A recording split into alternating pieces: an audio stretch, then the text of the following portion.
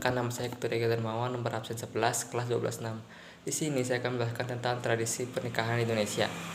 Pernikahan Indonesia adalah ikatan lahir dan batin antara seorang pria dan wanita sebagai suami istri yang bertujuan membentuk keluarga yang bahagia dan sejahtera yang berdasar atas ketuhanan Yang Maha Esa.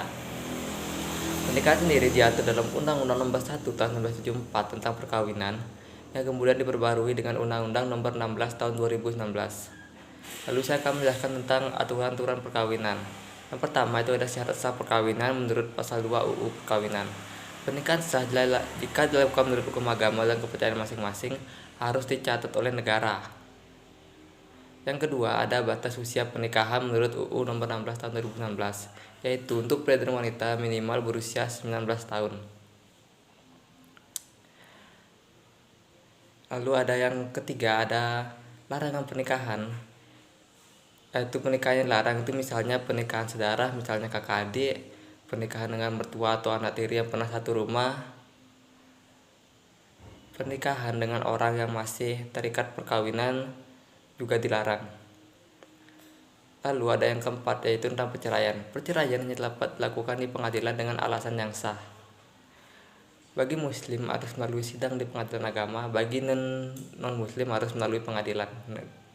Baiklah, selanjutnya saya akan membahaskan tentang pernikahan menurut Hindu. Jadi, pernikahan menurut Hindu adalah penyatuan purusha dan perdana untuk mencapai kemakmuran.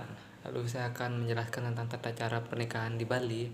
Yang pertama itu ada meswaka. Meswaka adalah pertemuan antara keluarga besar laki-laki dan perempuan yang bertujuan untuk mencari hari baik atau dwasa serta jenis aturan dan urutan yang akan dipakai. Yang kedua itu ada ngide, yaitu keluarga besar dari laki-laki datang bersama saksi, tokoh adat serta tokoh agama yang bertujuan untuk meminang atau meminta mempelai perempuan untuk diajak ke rumah mempelai laki-laki. Yang ketiga ada mempamit bertujuan untuk memohon izin kepada leluhur kawitan perempuan bahwa mulai itu akan ikut dengan suami, jadi agar direstui dan tetap dilindungi walaupun sudah ikut dengan keluarga laki-laki.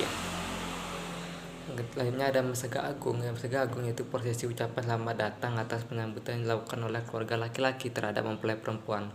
Lalu ada Membiakala, prosesi membersihkan kedua mempelai secara lahir dan batin, terutama sukle wanita. Ini juga merupakan salah satu hal di mana kedua mempelai saling mengucapkan janji untuk bersama selamanya dan mengikat gelang tridatu di salah satu masing-masing tangan mempelai. Dalam Membiakala terdapat beberapa prosesi dilakukan, diantaranya mulai dari sembahyang, berbalas melempar telur, jibak tika, anjung sambu, nyiter banten, membiakala, membenang pegatan, nyiter tanaman, dan mendagang. Lalu selanjutnya ada puja bakti atau muinten. Dalam posisi ini dikatakan sebagai registrasi di mana mempelai wanita melakukan persembahyangan kepada leluhur yang berarti sudah resmi menjadi bagian dari keluarga laki-laki secara niskala. Lalu selanjutnya ada nantap Banten Power Tone yang dilakukan di atas tempat tidur mempelai. Yang lanjutkan dengan pihak laki-laki memberikan seserahan yang bertujuan untuk menandakan tuntasnya tugas orang tua dalam menjaga dan membesarkan anak yang selanjutnya merupakan tugas suaminya. Lalu selanjutnya yang merupakan resepsi. Resepsi ini merupakan opsional ya, jadi tidak wajib dilakukan, yaitu simbol syukuran untuk perayaan atas kebahagiaan kedua mempelai hidup baru.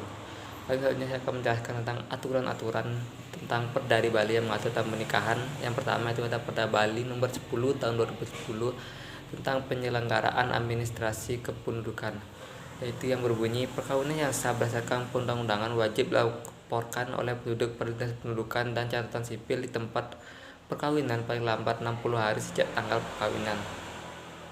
Lalu ada Perda Provinsi Bali nomor 4 tahun 2019 tentang desa adat di Bali, yaitu desa adat memiliki kewenangan untuk mengatur pernikahan melalui awik-awik atau peraturan adat dan pararem atau keputusan adat.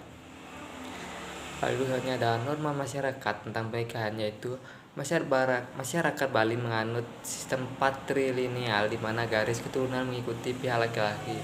Oleh karena itu anak laki-laki memiliki tanggung jawab besar dalam meneruskan keluarga dan adat. Baiklah, sekian presentasi dari saya. Jika ada salah kata saya mohon maaf. Presentasi ini saya tutup dengan para Santi. Om Santi.